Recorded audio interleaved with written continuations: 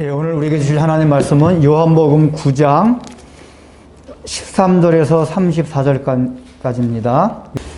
그 전에 하버드 대학교에서 이런 실험을 했다고 합니다. 두 그룹을 뽑았습니다. 흰색 티셔츠 입은 사람들과 검은색 티셔츠를 입은 사람을 뽑아가지고 이제 농구 경기를 시켰다고 합니다. 이제 그걸 이제 동영상으로 계속 촬영하고 있는 거예요. 촬영을 하는 도중에 그 농구 경기 도중에 고릴라 옷을 입은 사람을 그 안에 잠깐 투입을 시켰대요. 그래서 고릴라 옷을 입은 사람이 그 경기장 안에 중앙에 딱 들어가면서 뭐 가슴을 킹콩같이 펑펑 치면서 한 1분 정도 동안 이렇게 딱 지나가게 했대요.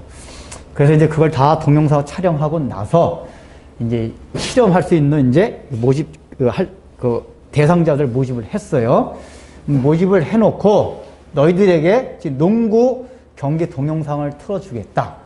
그래서 여기 보면은 흰색 티 팀이 있고 검은색 티를 입은 팀이 있는데 흰색 티를 입은 사람들이 이 경기 도중에 패스를 몇 번 하느냐 세어보라. 이렇게 이제 지시를 했대요.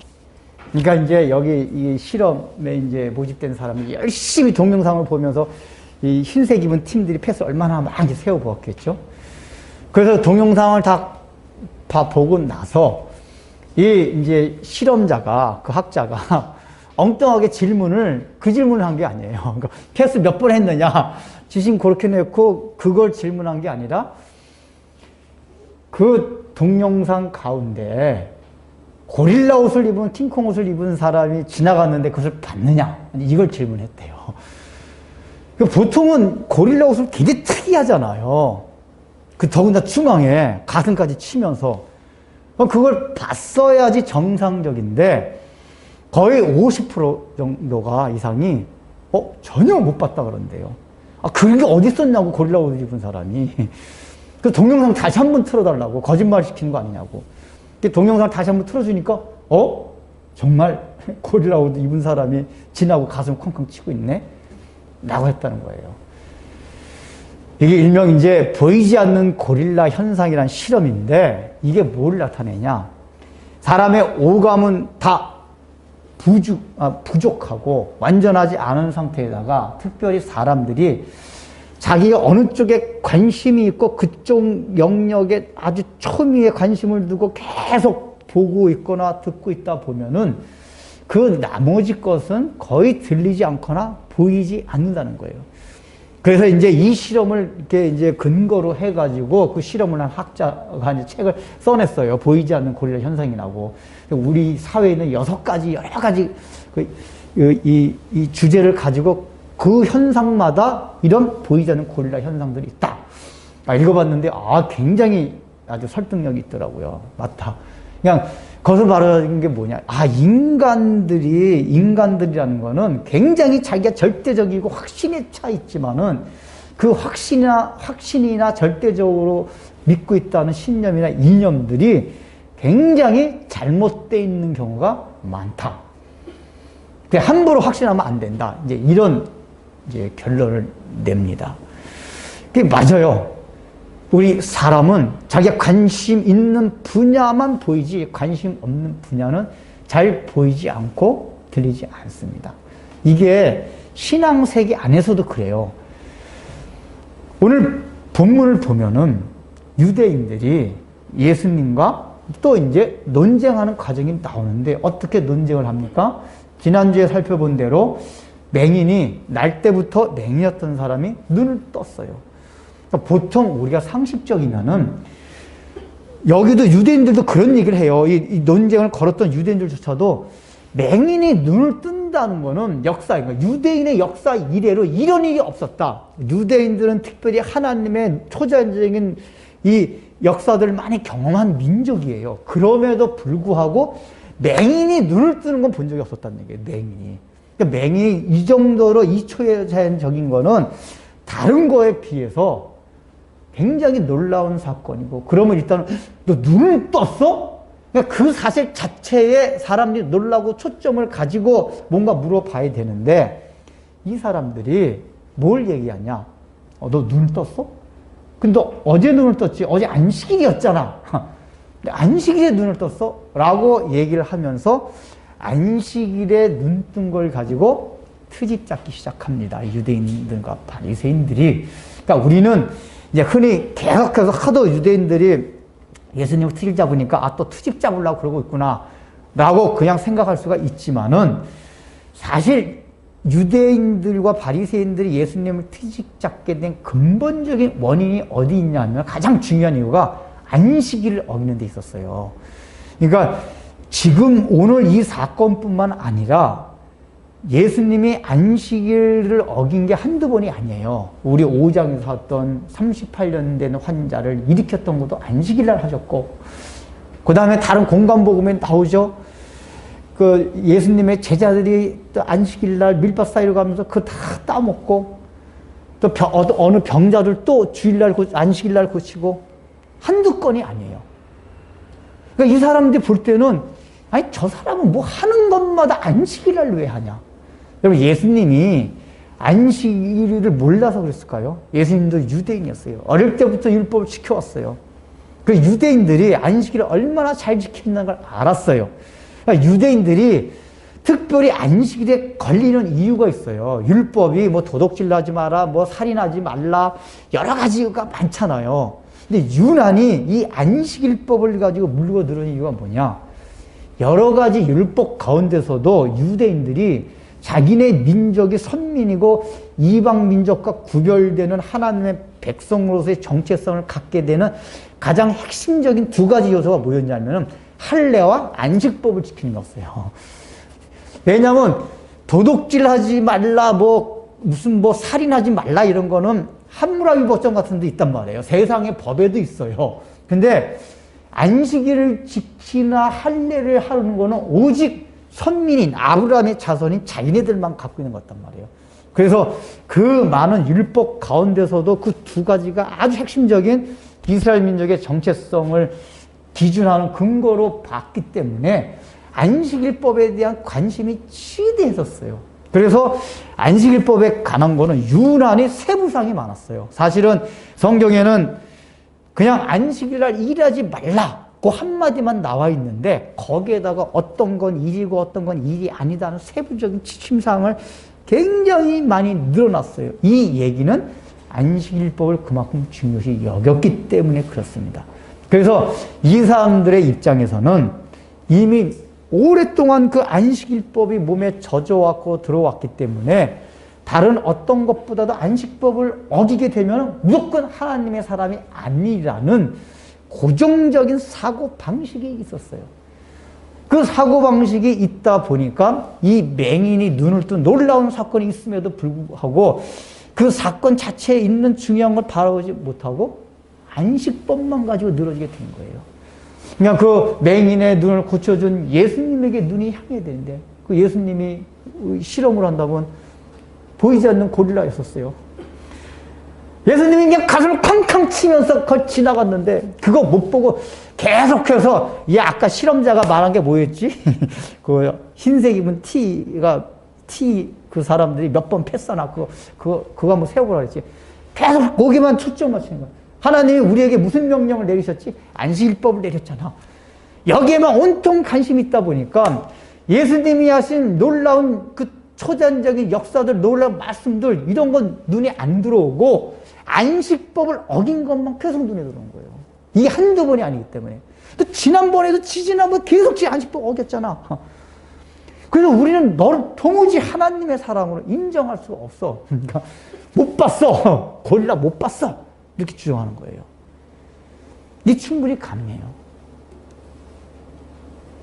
근데 중요한 건 뭐냐면은, 그러니까 여기서 이제 이게 신앙 안에서 눈에 보이지 않는 고릴라 현상이 일어난다는 거예요. 신앙 안에서도 어떤 영역에 자기가 관심을 가질 때는 가장 신앙의 본질적인 게 올 때도 불구하고 그것이 눈에 보이지 않고 감지가 안 된다. 그래서 결국은 어떻게 했죠? 예수님을 배척하게 되는 거예요. 진리를 대적하게 됩니다. 그런데 중요한 건 이겁니다. 이 사람들이 진리를 대적하게 된 가장 기본적인 요소인 자기네들의 관심을 가졌던 안식법, 이게 어디로부터 기원된 거죠? 인간으로부터 기원된 게 아니라 하나님으로부터 기원된 거예요. 중요한 게. 하나님으로부터 기원돼서 하나님이 안식일을 지키라고 해서 시작된 건데, 그 하나님이 주신 그 안식법으로 인해서 하나님을 지금 대적한단 말이에요. 여기 우리가 깊은 의미 있고 생각을 해봐야 돼요. 왜 그랬을까요? 원래 이 안식법을 주실 때는 모든 율법과 마찬가지로 안식일에 일하지 말라는 그 표면적인 율법 계명 뒤에 영적인 의미가 있었어요. 이거 여러 번 설명드렸잖아요. 그리고 구약 성경에도 그거를 출애굽기나 신명기 같은 데 설명을 하세요. 너희가 창조한 그것을 기약하여 안식일을 지키라. 그리고 애굽에서 출애굽된 그것을 기념하여 안식일을 지키라. 의미가 들어있단 말이에요. 그러면 이 사람들이 제대로 연구를 했다고, 안식일이 더 중요한 건 이날 일하지 않는 것도 중요하지만은 여기에 의미, 창조, 하나님께서 6일 동안 창조하셔서 마지막 날 쉬신 거, 또 우리가 애굽에서 노예되어 있을 때 우리를 구출하는 사건, 이게 안식일에 있는 거구나.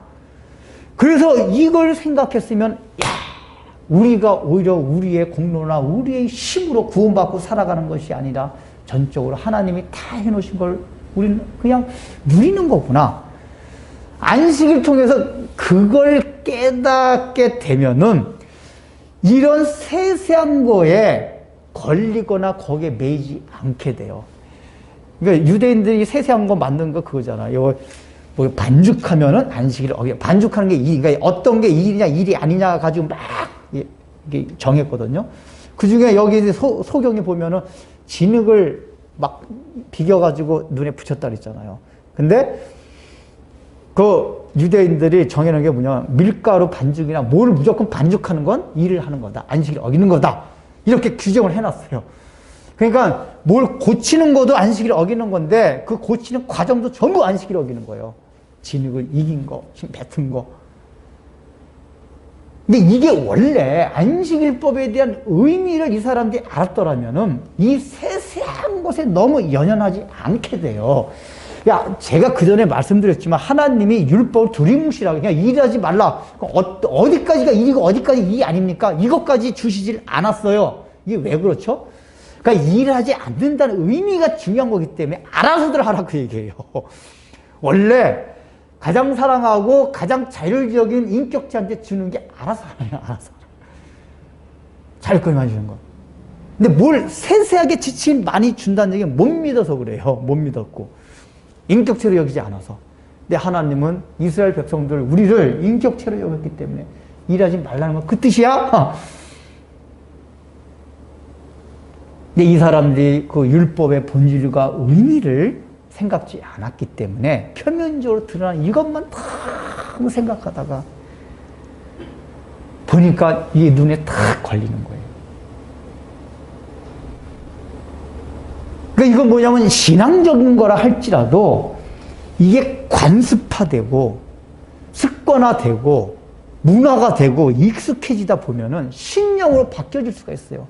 그러니까 이 당시에 유대인들한테는 안식일을 지키는 거는 하나님에서 출발됐지만은 하나님의 말씀을 넘어서서 유대인들의 신념이 됐어요. 국가적인 신념, 민족적인 신념이 돼버린 거예요. 신앙이 신념으로 변질이 됐어요. 여러분, 이런 얘기가 이 본문에만 나오는 게 아니라 사도행전에 보면 베드로 얘기도 나와요. 하나님이 이방인적인 로마 제국의 사람 고넬료를 구원시키기 위해서 베드로를 보내려고 했어요. 그 베드로한테 보내기 전에 먼저 기도하는 가운데 환상을 보여주십니다. 다 잘 알고 있죠. 어떤 환상입니까? 하늘에서 큰 그릇에 어떤 보자기가 쌓인 것이 탁 내려옵니다. 보자기가 딱 열려졌어요. 그 보자기에 뭐가 들어있습니까? 율법에서 부정하다고 명했던, 먹지 말라고 명했던 짐승들이 거기 울글거리고 있는 거예요. 베드로가 깜짝 놀란 거예요. 이 유대인이잖아. 어휴, 이거 웬 부정한 짐승들. 먹지 않는 부터 멀리 하려고 하는데 갑자기 하나님이 명령하시는 거예요. 베드로야, 이걸 먹으라. 그런 거예요. 베드로가, 그때 베드로의 대답이 걸작입니다. 뭐라고 표현하냐면, 주여. 주여라는 얘기 뭐냐면, 이 환상을 내게 보여주신 분이 사탄도 아니고 자기 생각에서 나온 것도 아니고 하나님께로부터 온 환상이라는 것을 인지하고 있다는 얘기예요. 주요라는 얘기는 하나님. 주요. 근데 주요라고 했으면 주님이니까 들어야 되잖아요. 근데 뭐라고 대답하냐? 주요, 그럴 수 없나이다. 아니.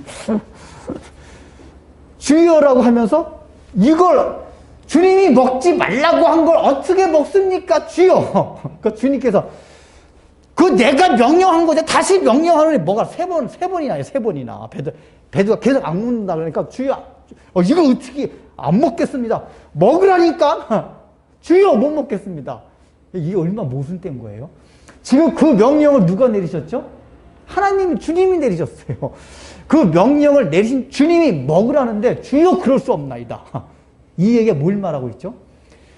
그 원래 먹지 말라는 신앙, 물론 이게 의미가 있어요. 근데 유대인들 자체가 그 의미 이전에 이걸 표면적으로만 지키면서 자기 신념화가 된 거예요. 오랫동안 지켜오면서 우리는 하나님의 백성 무조건 이건 지켜야 된다 하다 보니까 지키는 건 좋은데 지키는 게 관습화되고 또 익숙해지고 문화화 돼가지고 신앙이 아닌 신념으로 변질이 된 거예요. 사람의 신념이 무서운지 모르세요? 제일 무서운 신념이 그거예요. 신앙으로부터 출발된 신념. 이걸 내가 가진 신념은 하나님께로부터 출발된 거야. 이러면 이거 들어가질 않아요. 하나님이 지금 명령을 하고 계셔도 안 들어요. 베드로가. 하나님이 명령하셨잖아. 다시 명령하니까 먹으라니까. 그럼 하나님 얼마나 답답하셨겠어요. 3번 신랑이 끝에 베드로가 갑자기 3번 말씀하시고 나서 누군가 딱 찾아왔어요. 찾아오니까 고넬료의 집에서 베드로 목사님은 초청하고 왔습니다. 그때 베드로가 깨달은 이거 부정한 짐승이 유대인들 이방이라는 걸 알고 있어요. 이방인들은 저 개들 저건 다 지역갈등들이니까 뭐 우리는 전도할 필요도 없다 이렇게 생각하고 있었는데 이 환상에 하나님께서 내가 고넬료가 오면 안 갈까 봐 저 부정한 저들한테 내가 어떻게 가냐, 내 이 선민이. 그래서 그 환상을 보여주구나. 가서 고넬료 집에 가서 그 가정이 구원됩니다. 그러니까 베드로가 여러분 여기 유대인과 바리새인들도 아니에요.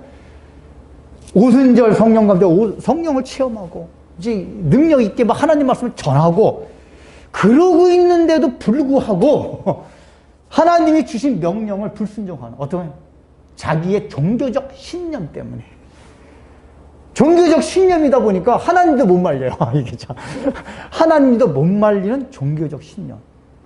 이 종교적 신념이 얼마나 무서운지 아시죠? 오늘날도 보세요. 종교 정쟁이 가장 무섭잖아요. 각자 자기네 신이 이름하기 때문에. 기독교든 이슬람교든 어느 종교든지 그래요. 이 베드로와 여기서 보듯이 이 사람들이 하나님의 말씀으로 시작이 되었지만 이미 이 하나님의 명령이라는 건 자기 안에 신념화가 된 거예요. 자기화가 된 거예요. 이거 나는 이런 건 절대로 할 수 없다. 사람이 그런 게 있어요. 이게 정말 하나님을 사랑하는 마음으로 이게 하는 게 아니라 이게 계속 어떤 거 하나님 말씀 지키다 보면은 그게 굳어져요. 나는 그런 건 절대로 안 해. 뭐 딱 안 해. 그게 인간의 자존감들이 다 사실은. 절대로 안 해. 이런 마음들이 고릴라가 보이지 않게, 눈에 보이지 않는 고릴라 현상을 일으켜요. 우리 신앙의 세계에서. 진리가 들어갈 때 진리를 봐야 되는데 이 당시에 유대인들은 예수님을 못 봤고 오늘날 우리들도 진리를 캐치하지 못한 경우가 있다는 얘기예요. 근데 그걸 한번 얘기해볼게요. 이런 유대인들의 사고방식, 신앙적 이름으로 시작된 이것들이 나중에 신념화가 돼서 오히려 하나님을 대적하는 이 일들이 오늘날 우리 이르기 전에 기독교 인류 역사 가운데도 얼마나 많이 있었습니까? 2가지만 예를 들게요. 첫 번째 십자군 전쟁. 십자군 전쟁이 어떤 전쟁이었습니까? 그 예수님이 태어나고 활동했던 이 예루살렘 지역, 이스라엘 지역, 여기 저 이방 이교도들이 이슬람이 점령하고 있다. 성도들아 깨어나라. 저들을 다 물리치고 저쪽 지방을 다 기독교화해야 된다. 그래서 성전은 그때부터 사실 시작이에요. 이슬람에부터 시작된 게 아니라 기독교부터 시작된 성전, 거룩한 전쟁이다. 그러니까 많은 기사들이 하나님을 위한다니까 그냥 구름대같이 몰려든 거예요. 다. 내가 나가겠습니다. 거기서 근데 그게 여러분 취지가 어떤 거였죠? 나쁜 취지가 아니에요. 그 사람들이. 저 이교도들이 왜 저길 점령하고 있어. 예수님이 태어나신 저것을 좋은 뜻에서 신앙적 목적으로 했어요. 근데 거기에 오류와 왜곡이 나타나는 무슨 오류죠? 이 사람들이 하나님을 이해한다고 하는 거기에 목적을 하면서 방법에 있어서 그런 방법을 취한 게 왜 잘못됐냐? 기독교 승리주의에 취해서 그래요. 기독교 승리주의라는 게 뭐냐? 이게 오늘날에도 그런데 뭐 미국이 옛날에 막 그 이슬람 세력과 전쟁을 한다든가 그럴 때 미국의 이 성도들도 그런 사고방식들이 있어요. 이슬람 지역들은 쳐야 된다, 기독교가. 그게 어디서 나왔냐? 성경에. 없는 게 아니에요. 여호수아서에 가나안 정복전쟁이 나와요. 가나안 정복전쟁의 특징이 뭐죠? 모든 이방의 세력을 하나도 남겨도 전멸시키라 해요. 구약성에 그런 굉장히 많이 나온단 말이에요. 근데 그런 걸 통해가지고 이교도들은 다 그냥 쳐서 없앨 족속들. 우리가 완전히 그들 제압해야 된다. 어떻게? 물리적. 왜냐하면 여호수아에서는 물리적으로 제압을 했거든요. 그러니까 여기가 뭐가 오류가 있죠? 구약 성경은 모두가 다 이스라엘의 민족의 역사를 통해 가지고 우리에게 영적으로 어떤 걸 설명해 주기 위한 그림자고 모형이고 예표예요. 실제로 물리적으로 점령하라는 얘기가 아니라 우리의 적 자체는 사단이란 말이에요. 이슬람세 그게 아니고 그 사단들을 정복하는 데 있어서는 전멸시킬 정도로 우리가 강을 쌓아야 된다 이 얘기인데 그걸 받아들이지 않고 물리적인 거로 정복하는 거를. 근데 이런 마음들이 그 다음에 이 유대인들이 안식일법만 가지고 매달렸던 신앙이 신령으로 바뀌는 그 이면에는 뭐가 있냐? 사람들의 욕망이 있어요. 그전에도 한번 말씀드렸지만 여러분 유대인들이 안식일법을 이렇게 강조하는 가운데 있었던 게 뭐냐? 안식일날 전혀 일하지 않고도 잘 지킬 수 있는 사람은 있는 사람들이에요. 있는 사람들이 뭐하러 일해요? 가만히 있으면 다 해놓고 종들이 다 해주는데 이걸 어길 수 있는 가능성이 많은 사람들은 어려운 사람들이에요. 그러니까 이 법을 만든 사람들이 다 있는 사람들이기 때문에 우리는 그거 어길 일이 없어. 여기에 인간의 욕망들이 있어요. 그리고 기독교 승리주의도 마찬가지예요. 승리가 뭐죠? 야! 다 기독교화가 되고 대통령도 장로, 국무총리도 장로, 국회의원도 전부 다 장로, 집사 완전히 기독교로 다 해보자. 거기에 무슨 인간의 마음 있죠? 뻐기고 싶어. 나 기독교인이야? 까부지 마. 어디 가면 우리가 세력이 얼마나 큰지 알아? 이거예요 다. 여기에 인간의 욕망도 있어요. 그러니까 이 영적인 의미를 살피지 못하고 자꾸만 표면적으로 드러난 여기에만 관심을 쏟아가지고 신앙의 신령을 변질되면은 인간의 욕망이 내게 있어요. 십자군 전쟁 때 그랬단 말이에요. 기독교 세력이 탁 장악을 해가지고 어디 이것들이 우리는 그런 사고방식이 굉장히 강합니다. 그리고 이제 또 한 가지는 과학적으로 지동설을 주장할 때 얼마나 지동설을 주장하던 과학자들이 핍박을 받았습니까? 갈릴레이가 그거 주장했다가 재판 회부돼가지고 했다가 무서워가지고 일단 지동설 틀립니다. 천동설 맞습니다. 했다가 나오면서 그래도 지구는 돈다. 뭐 그렇게 얘기했대잖아요. 그럼 여러분 이것도 보세요. 천동설. 그 당시에는 천동설. 뭐죠? 모든 태양이고 뭐다 지구를 중심으로 돌아간다. 근데 여러분, 이건 이제 신앙이, 그게 지동설은 뭐죠? 지구가 태양을 중심으로 돌아간다. 근데 여러분, 성경에 천동설 얘기가 나옵니까? 지동설 얘기가 나옵니까? 다 안 나와요. 천동설, 지동설도. 근데 그 당시 중세 사회 때는 천동설을 성경적 진리를, 과학적 진리를 넘어서 성경적 진리로 여겼어요. 왜 그러냐? 이제 창세기 같은 거 읽어보면은 창세기 기사가 인간을 중심으로, 지구를 중심으로 해서 이게 전개시켜 나가요. 하나님 모세를 통해서 이게 표현할 때 지구를 중심으로 해서.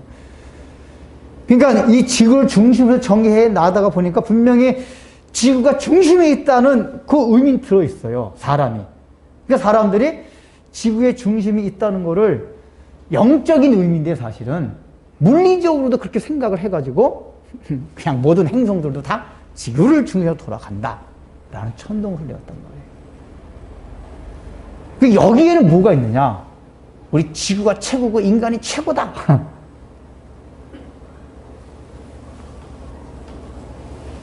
그래서 핍박을 했어요. 그러나 성경은 지동설도 천동설 말해주지 않아요. 과학적 사실에 대해서는.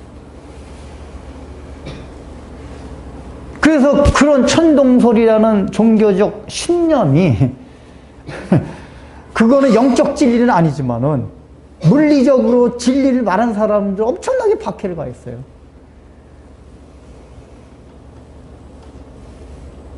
이게 그때뿐입니까? 오늘날도 마찬가지예요. 오늘날 첫 번째, 신앙적 이름으로 신념화돼서 진리를 대적하는 경우. 이게 몇 가지가 있습니다.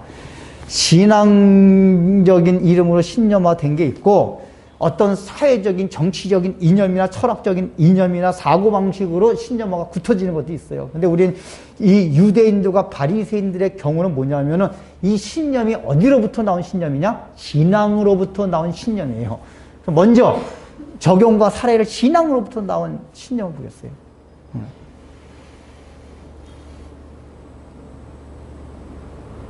요즘 주일 예배를 온라인으로 드리냐, 비대면으로, 그게 그거구나. 비대면으로 드리냐, 안 비대면으로 드리냐, 이거 가지고 얘기가 많아요. 그래서 유튜브 같은 데 보면은 또 격렬하게 싸우더라고요. 이게 이제 비대면 예배를, 이게 인정하는 자들은 전부 삭불아들이고, 하여 유튜브에는 요즘 유튜브 할 때는 근데 이건 이미 신학적으로 시작될 때, 신학위원회에서 학자들이 많이 연구 끝에 가능한 타국에서 드린 게 되지만, 불가피할 경우에는 각각 가정 초소에서 예배 드리는 게 성경적으로 가하다. 최선은 아니지만, 이 결론이 난 거란 말이에요. 근데 이거 가지고 계속 그러는 게 뭐냐. 물론 이런 경우가 있어요. 옛날 그 할머니들, 옛날부터 우리 할아버지 할머니들 그냥 교회 와서 교회에서 살 때 교회 와서 새벽 기도하고 수요하고 날마다 그러신 분들은 그 마음에 교회를 못 가면 실제로 답답하고 그런 것도 있어요. 그런 분도 이해가 돼요. 근데 그게 아니라 어떤 게 있냐면은 자기네가 한 신념적 자존감도 있어요. 야, 우리가 기독교가 우리가 하나님의 백성인데 그까지 정부에 굴복을 당하느냐? 정부 하는 말에? 이렇게 해가지고 막 저기. 그러니까 거기에 뭐냐, 우리 기독교적 자존심이 있는 거예요. 그러니까 정말 그 하나님의 말씀이 뭐다 하는 그 귀함보다는, 그러면은 저는 이제 그래서 우리는 순교할지라도 예배 자리를 다 지키자. 그럼 좋아요. 그러면은 그 정도 순교할 정도 가고면 다른 삶에 있어서도 순교적인 그 자세를 가지고 살아가면은 어떻게 우리 목사들이, 성도들이 세상 욕망을 가지고 그냥 그렇게 살아갈 수가 있어요. 그런 거는 다 하나님의 뜻을 안 삶아서 요런 거. 이게 동성연애 그런 데서 마찬가지예요. 동성연애 같은 거 엄청나게 하잖아요. 맞아요. 성경이 맞아요. 그거 반대해야 돼요. 그럼 동성연애를 반대하는 것만큼 우리 기독교인들이 세상적으로 성경이 그걸 누누이 경계하고 하나님 그렇게 미워하는데, 세상을 사랑하는 거에 대해서는 우리 기독교 진짜 다 일어나서 이렇게 해야 돼요. 근데 그런 건 얘기 안 해요. 왜 그런지 아세요? 동성연애는 누가 동성연애예요, 우리가. 우리한테 아무 해도 동성연애 안 한다고 해야 될 게 아무것도 없어요. 우리는. 그걸 하지 말라는 게 아니라 우리의 이미 그런 걸 강조하는 마음속에는 정말 하나님을 사랑하기보다는 신앙이 신념화된 자기 의식이 있다는 얘기예요.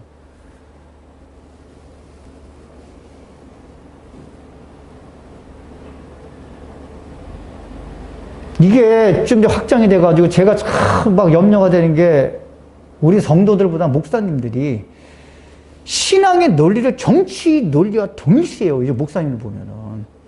그러니까 요즘처럼 이게 정치적으로 좌우와 우가 막 극렬하게 이렇게 막 나뉘어진 적이 없는 것 같아요. 요즘 왜 이렇게 막 극렬하게 나뉘어진지 모르겠어요. 근데 성도들은 정치로 보면 진보 성향 있는 사람도 있고 보수 성향 있는 사람도 있고 다 나눠져 있어요. 보편적으로 보면은. 근데 우리 목회자들은 대부분 정치적으로 보수적이에요. 거의 90% 이상이.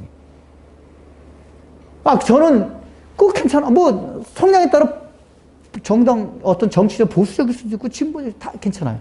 근데 이제 이게 우려가 되는 게 뭐냐면은 목사님들이 그 정치적 보수와 진보를 가르는 이게 근거와 기준점 뭐야? 신앙으로 합니다. 신앙. 예수 믿는 사람이 당연히 보수 정당을 지지지 어떻게 예수 믿는 사람이 진보 정당 지지 이래요. 목사님 얘기가. 우리 노회 한 번 할 때 노회 제일 어르신이 있어요. 큰 게. 태극기 집회 나간 목사들 손 들어. 몇 명 안 들었으니까. 이것이 목사야! 태극기 집회도 안 나가고. 아니, 저는 그 목사님 개인적으로 나가는 거에 뭐라고 안 해요. 뭐, 자기 개인적인 정치적인 성향에 따라서. 근데 그게 뭐냐면은, 우리가 신앙인이라면은, 기독교 목사들이라면은, 당연히 그런 데 가서 해야지. 신앙도 없는 것들이. 그 정치적 이념을 신앙과 이렇게 동시해요. 근데 그게 진보 쪽도 마찬가지예요. 진보 쪽도 주장을 한 사람들은 또 그걸 신앙적으로 해요.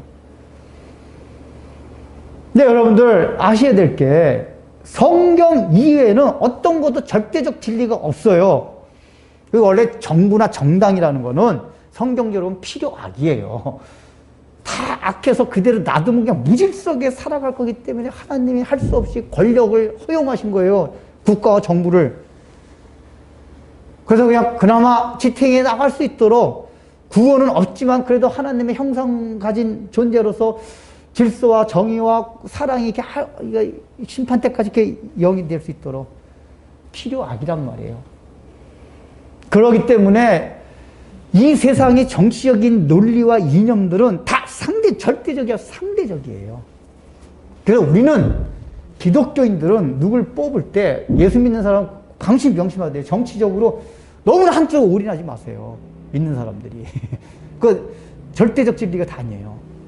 믿는 사람들, 우리 목사님들 특히 막 극우 쪽으로 완전히 올인을 하셔가지고 그거 안 들으면 막 난리가 나요.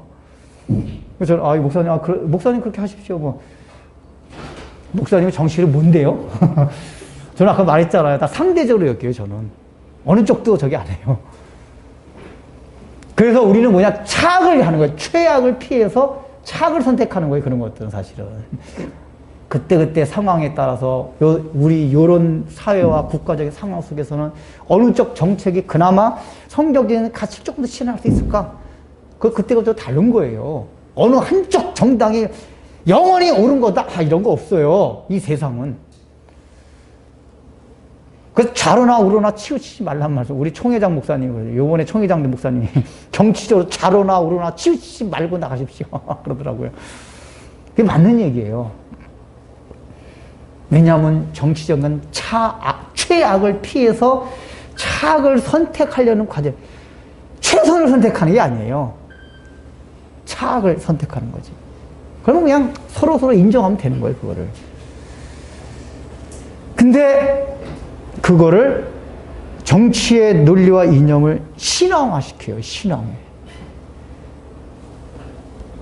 그리고 미국을 지지하는 것만이 신앙입니다. 저 그 이해는 돼요. 저도 미국 좋아해요. 선교사들이, 미국 선교사들 우리한테 복음을 전해주고 감사해요. 그리고 아무래도 미국이 기독교가 가장 왕성한 국가고 감사해요. 그러나 그럼에도 불구하고 미국이라는 정부는 세속적 세속 국가예요. 근데 그거 무슨 미국이 하나님의 나라 같이. 이게 다 신념과 이념, 신앙에서 출발했어요. 그러니까 관념이 미국 우리한테 신앙을 전해주고 미국은 기독교인들이 만가 기독교 국가다. 기독교적 국가지 무슨 하나님의 나라가 아니란 말이에요.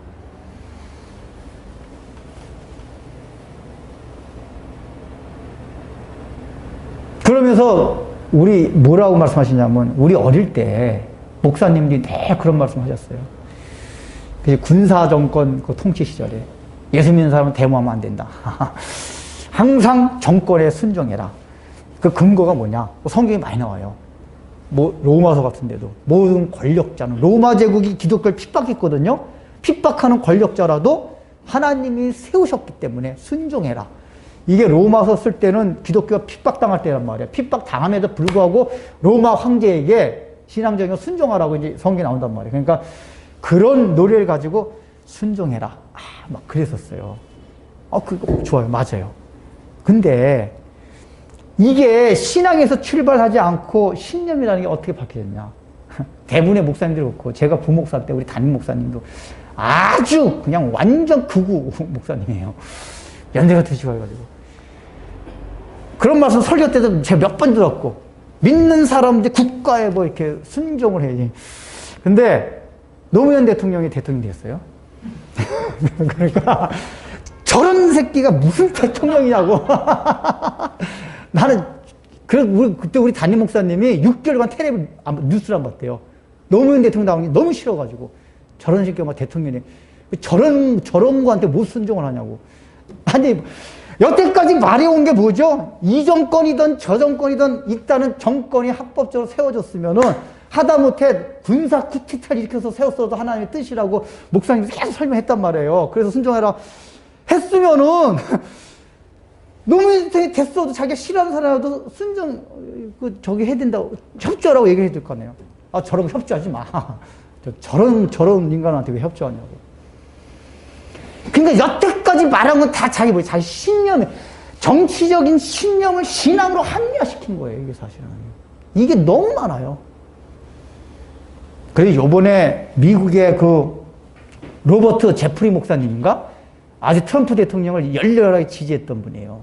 아무리 트럼프 대통령이 이 표면적으로는 기독교 호의를 받을 만한 정책을 많이 피기 때문에 대부분 미국의 기독교인들은 트럼프 대통령을 지지했어요. 특히 그 로버트 제프리 목사님. 근데 이분이 그랬대요. 이번에 바이든 이제 당선이 됐잖아요. 이제는 바이든 대통령에서 기도합시다. 우리가 싫어하는 사람이었고 마음에 안 들지만 어쨌든 하나님이 세우셨습니다. 이제는 그러면서 그랬대요. 기독교인들이 위선자가 안 되기 위해서는, 위선자가 안 되기 위해서는 우리가 바이든을 위해서도 기도해야 됩니다. 그 제프리 목사님은 참 아주 제대로 된 거예요. 그 논리를 했으면 이때 그렇게 해야죠. 옛날에 트럼프 대통령이 그 제프리 목사님한테 워낙 친하고 이렇게 멘토같이 여기기 때문에, 목사님 그런 거 물어봤대요. 오바마가 대통령이 된 것도 하나님 뜻입니까? 이쪽에서 너무 그런 거 싫어하니까. 그 제프리 목사님이 그랬대요. 이 보수 쪽에 있는 목사님이잖아요. 예. 오바마가 대통령이 된 것도 하나님 뜻입니다. 근데 그 제프리 목사님 같은 대부분 안 하고, 우리는, 저게 또 무슨, 저게 정권을 잡았어. 나 말 안, 이런 사고방식이에요. 그럼 그게 다 뭐죠? 여태까지 우리가 내세웠던 정치적 보수를 신앙에게 동일시해가지고 했던 말들이 다 거짓말이란 얘기예요. 그거는 이제 우리가 보수 쪽, 이게, 이게 신앙적 보수 쪽이 있기 때문에 이런 얘기를 한 거예요. 진보도 마찬가지예요. 똑같아요. 진보도. 그러니까 이게 보면은 정치 세계가 특히 그렇잖아요.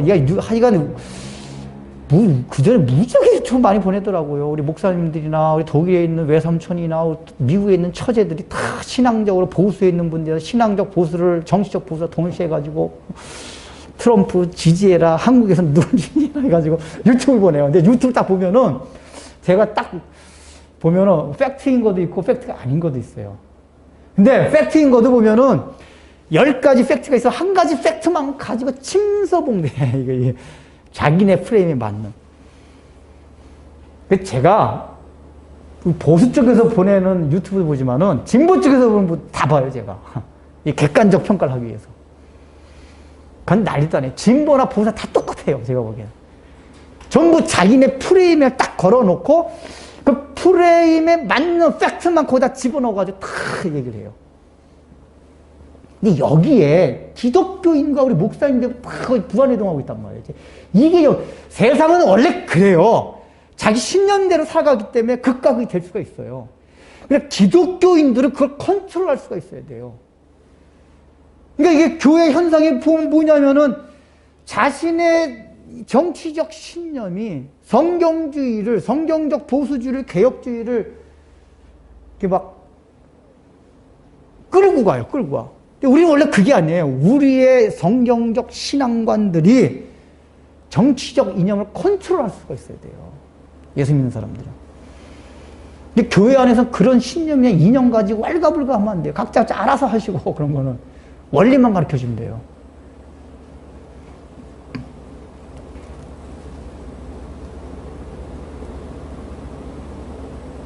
그렇게 신앙에서 출발해가지고 정치적 이념으로 이 교회 안에 하는 것도 일종 바리새인과 똑같은 거예요. 그게 다. 그게 진보든 보수든. 그리고 그런 정치적 신념이 아니라 교회 안에서 신앙 자체가 신념이 되는 경우도 있어요. 어떤 경우냐. 이런 여러 번 얘기했어요. 새벽기도, 수요문, 좋은 것들이잖아요. 그런 게 어디서 출발했죠? 너희가 모이기를 피하는 사람들 어떤 습관같이 하지 말고 모이기를 힘쓰라. 그러니까 신앙적 이유에서 출발한 게 이런 모임들이에요. 좋은 거예요, 아주. 근데 이게 절대시 되는 경우들이 있어요. 우리가 이제 한국교회가 특별히 외국에 없는 새벽기도 같은 게 있단 말이에요. 이게 절대시 되다 보면은 저 새벽기도 안 하는 게 이단 아니야? 이러는 교인들도 있어요. 저 수요 예배 안 모이네. 이단인가 보네. 그 전에 어떤 분은 끝날 때, 우리 어렸을 때 늘 시작할 때 사도신경하고 끝날 때 주기도문으로 끝났거든요. 이게 이 주일날, 이거 뭐죠, 이름이? 축도로 안 끝나는 경우는 이렇게 주기도문 폐했단 말이에요. 어릴 때 그 익숙했어요. 그러니까 제가 그런 얘기를 들어서 어느 분이 어느 교회 갔는데 끝날 때 주기도문을 안 하더래요. 이단인가 보네.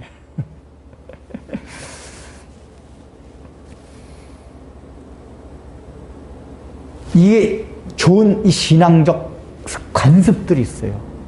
근데 이게 절대가 될 때 어떤 일이 일어나냐. 다른 사람들 막 정죄해요. 그리고 오늘날 같은 상황 속에서 모이지 못하게 될 상황이 있잖아요.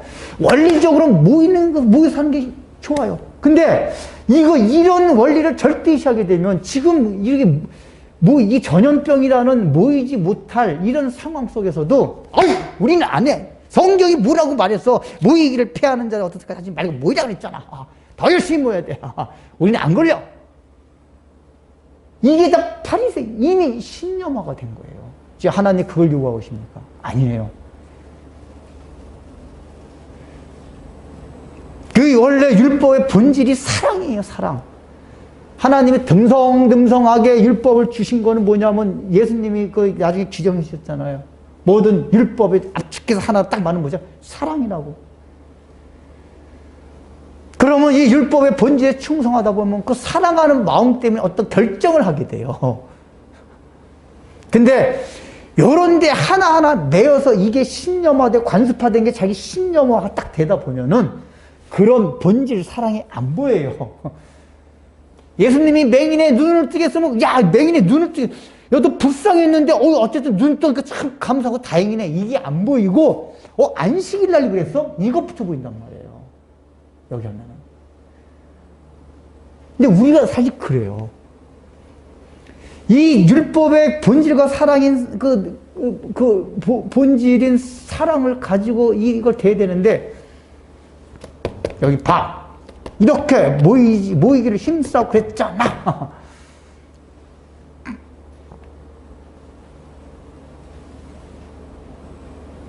막 비난해요. 요즘 막 유튜브 보면 서로 격렬하게 또 그걸 하더라. 이미 다 교단에서 이렇게 한 걸 가지고 또 그냥 어떤 목사님이 이렇게 주일날 가정에서 모인 것도 하나의 뜻이다 하면 저 사이비 목사라고 그러고 막 유튜브에서 막 이런 거 엄청 많더라고요. 제가 그런 거 마음이 아파요. 그러니까 저는 그래요. 각자 하시는 분들 나름대로 논리 있고 그 충성은 좋아요. 근데 그거를 인정할 줄 알아야 된단 말이에요.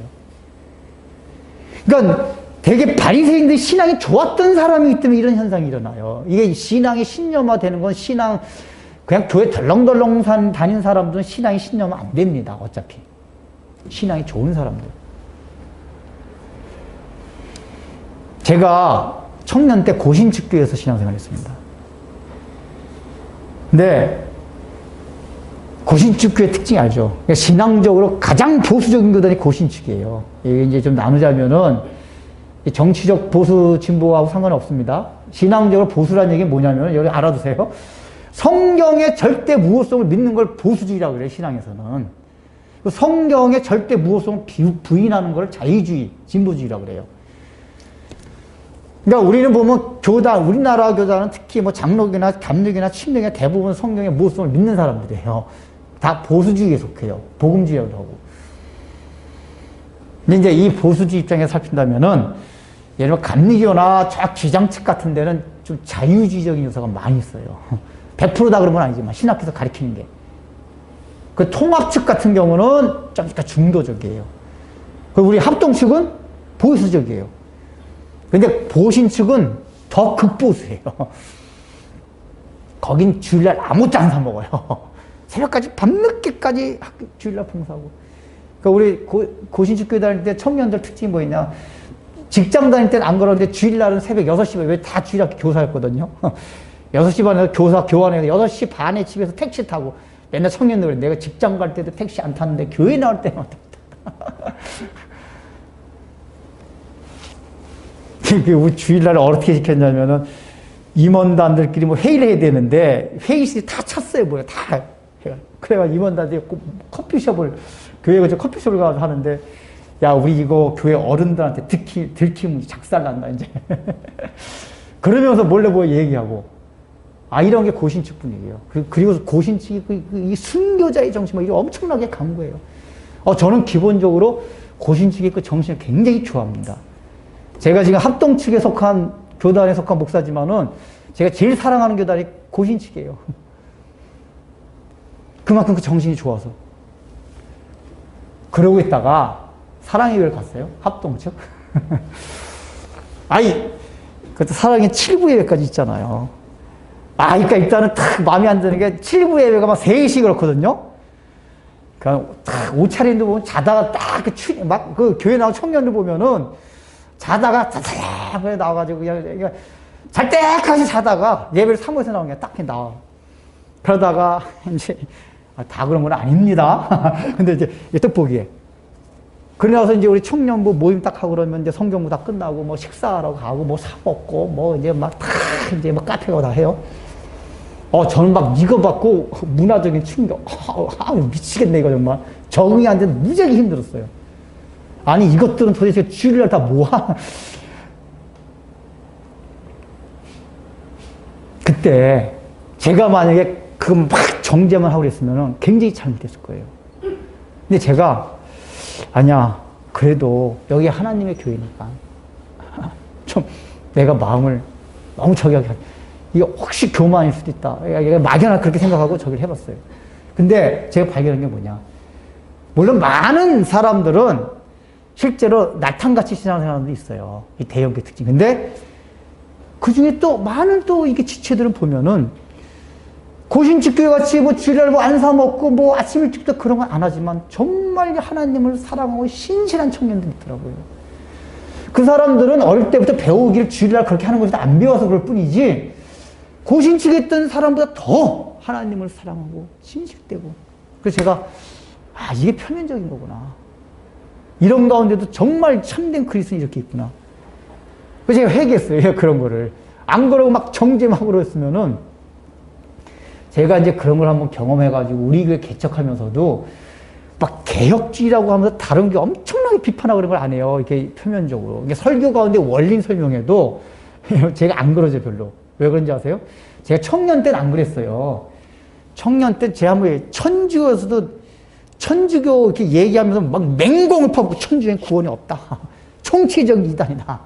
그냥 막 맹공 퍼붓고 개혁주의가 아닌 복음주의. 아까 개혁주의란 건 뭐냐면은 그 다음에 이 보수주의 안에서 성경을 해석하는 차이가 있어요. 거기에 따라 뭐 이렇게 개혁주의, 알미니안주의, 오순절주의 이렇게 나눠져요. 그러나 그 사람들은 다 성경을 믿는 사람들이에요. 보수주의자들. 근데 우리 개혁주의의 특징이 어떤 게 있냐? 성경을 다 믿으면서도 우리와 같이 해석하지 아니하는 건 다 하나님 뜻에 어긋난 거다. 이렇게 생각하는 경향들이 강해요. 물론 저는 개혁주의 입장에 스탠드에 서 있기 때문에 개혁주의를 가장 사랑합니다. 이 개혁주의에서 말하는 신학체계, 성경 해석체계가 제가 다 신학을 두루두루 이렇게 해봤지만은 가장 하나님의 뜻을 가장 잘 설명하는 신학체계인 게 확실해요. 근데 제가 그냥 이걸 절대 시하지 않아요. 성경을 믿는 사람은 알미니안주의자도, 오순절주의자도, 침례교회도 또 각자 하나님이 깨닫게 하는 좋은 것들이 있다. 이런 걸 알기 때문에 제가 개척하면서부터 막 개혁주의 막 해가지고 막 그러지 않았어요. 그게 왜 그러냐. 개혁주의 본질이 뭐냐면 하나님의 주권을 잊고 하나님의 주권대로 살아가자 그거예요. 근데 제가 보니까 우리 개혁주의를 표방하는 교인, 목사님과 교인들이 하나님의 주권대로 실제로 살아가지는 않아요. 근데 말로만 엄청나게 그걸 비판해요. 그럼 교만해지기만 해요. 하나님의 주권을 인정한다는 게 뭐죠? 하나님의 섭리에 순응하고 감사하고 주권을 인정하기 때문에 인간적으로는 여러 가지 뭐 어떤 게 있다 하더라도 그런 데 대해서 별로 이렇게 신경 안 쓰고 하나님 주권에 맡기니까. 개혁주의 신학이 좋으라는 거는 그 교리를 발견했기 때문에 그렇게 살아갈 수 있는 환경이 더 커서 좋은 거예요. 근데 그렇게 살진 않으면서 너는 개혁주의야 이러면 바리새인 된다고 얘기해요. 우리가. 요즘도 보면은 우리 개혁주의 아주 전통 개혁주의자들은 오륜교에서는 다니엘 기도회 이런 거 다 비판합니다. 물론 신학적으로 문제도 있어요. 근데 제가 아무 소리 안 하잖아요. 왜요? 거기도 복음주의, 보수주의, 성경을 믿는 사람들이에요. 우리 신학엔 좀 어긋난 게 있지만은 또 나름대로 하나님 그 가운데서 역사하실 수도 있어요. 여러분 제가 여러분들 보고 어디 가서 뭐 성경 공부한다는데 말린 적 있습니까? 이단이 아니고 자유주의만 아니라면 가서 해라. 우리 받아라. 다 그래요 제가. 왜냐하면 그걸 절대시하게 되면 우리도 바리새인화가 될 수가 있어요. 개혁주의계는 드럼 치면 안 된다. 그리고 그 전에 개혁주의 보면 목적 있는 삶 알죠? 목적 이끄는 삶. 이것도 사실 개혁주의 신학의 원리엔 위배되는 것들이 있어요. 근데 제가 표면적으로 뭐 얘기한 적이 없죠? 설교 가운데 다 녹아져 있어요. 여러분 제가 막 비전 찾지 말라고 그랬잖아요. 비전. 비전이 아니라 우리 하나님 자체를 추구하고 찾아가는 거지. 비전을 추구하다 보면은 우리 신앙이 왜곡될 수도 있다. 그게 사실은 이제 그런 목적이 이끄는 삶의 신학적인 비판이 그런 게 있는데 제가 그걸 표면에 비판한 적이 없어요. 설교할 때만 성경의 본문에 나오면 그거 가지고만 얘기해요. 어느 누군 지금 그 목적이 이끄는 사람 그쪽 뿌리든 이렇게 얘기를 안 하잖아요. 왜요? 그렇게 하는 순간, 정죄하는 순간 제가 바리새인 될 수가 있어요. 하나의 신령으로 돼요. 더 중요한 건 뭐죠? 내가 이 좋은 개혁주의 신앙을 받았으니까 하나님 주권에 맡기는 하나님께 전적으로 나를 맡기고 신뢰하는 그런 삶을 살아야겠다. 이것만 하면 되는 거예요. 언제 막 그런 데까지 신경 써요.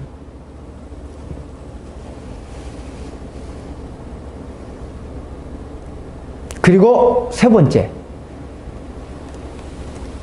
번째는 자기의 생각. 교회 안에도 보면 이 철학적 사고가 깊었던 사람이나 다른 종교에 있었던 사람들이 설교 듣기 굉장히 힘들어하는 경우가 있어요.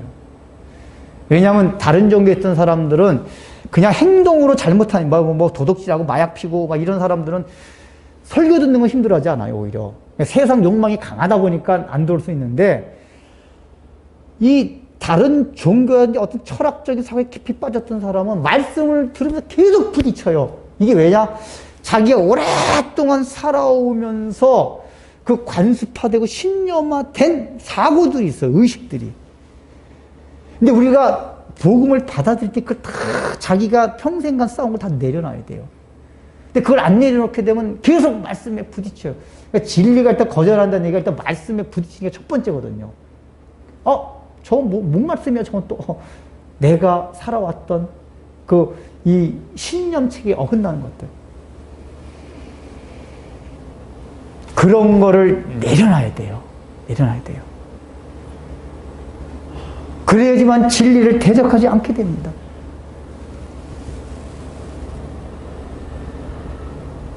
제가 마지막으로 하면 이 성경 해석을 제가 설교할 때 가장 중요한 게 성경 해석입니다. 하나님의 말씀을 올바로 전하기 위해서 거의 토요일 밤까지 이 설교를 어떻게 전달할 것인가 전달 기법은 거의 신경 안 써요. 본문에서 어떤 게 하나님의 뜻인가 그것만 막 하다가 거의 아침에 설교하기 직전에 뭐부터 앞에 할까 뭐 이거 정리하면서 설교하면서 정리하고 그래요. 저는 물론 그것도 하면 더 좋은데 근데 제가 그렇게 해석을 중요시 여기고 올바로 하려고 하는데 제가 무슨 생각을 하냐면은 제가 하는 이 해석도 절대적이지 않다.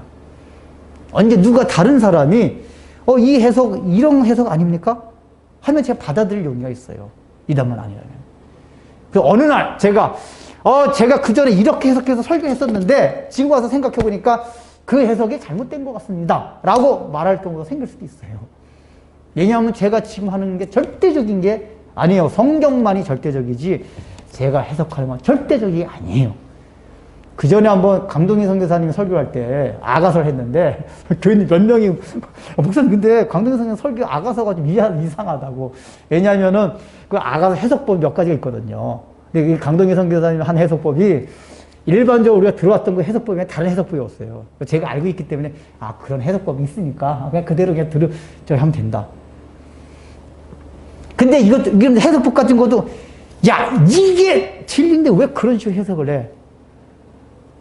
이렇게 몰아붙이면 안 된다 그 얘기예요. 우리가 자기가 가진 신앙생활 패턴에서 계속 살아올 때 간습화되고 의식화된 모든 것들이 절대적이 아니다.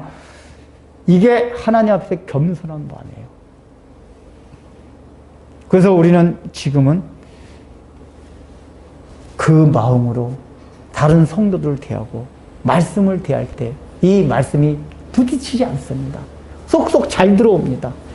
여러분이 정치적 이념이나 살아온 철학적 사고나 자기가 갖고 있는 기존적인 신념이나 이런 게 절대적이 아니라는 걸 알고 다 내려놓으셔야 돼요. 저조차도 제가 성경을 많이 연구해서 제 해석이 절대적이 아니라는 걸 말씀을 드린 이유가 그거예요. 그래야지 말씀이 안 부딪혀요. 말씀이 안 부딪혀요. 네, 봉헌 기도합니다. 하나님 아버지, 저희들 구원해 주신 은혜를 인하여 주님 앞에 감사하며 봉헌합니다. 주님께서 저희 봉헌을 다 연락하여 주시어서 날마다 더욱더 주님이 기뻐하는 봉헌된 삶을 또 살아갈 수 있도록 큰 은혜를 베풀어 주옵소서. 예수님 이름으로 기도드립니다. 축도하고 예배 마치겠습니다.